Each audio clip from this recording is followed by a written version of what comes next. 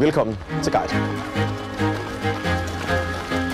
Et mystisk stykke, hvor alt kan ske, gør i weekenden sin entré. Hvem har bedraget jer? Det handler om livet på jorden og om en guddatter, der bliver sendt ned for at se, hvordan det står til hos menneskene på jorden. Okay. Hvordan står det så til?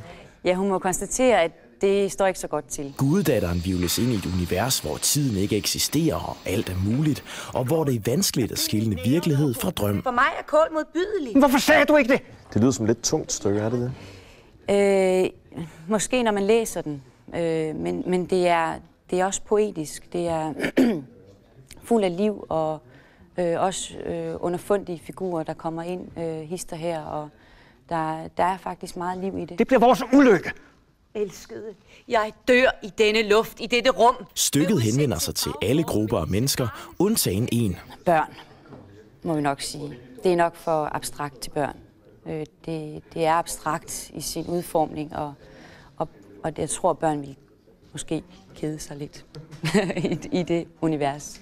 Stakkels lille blomst.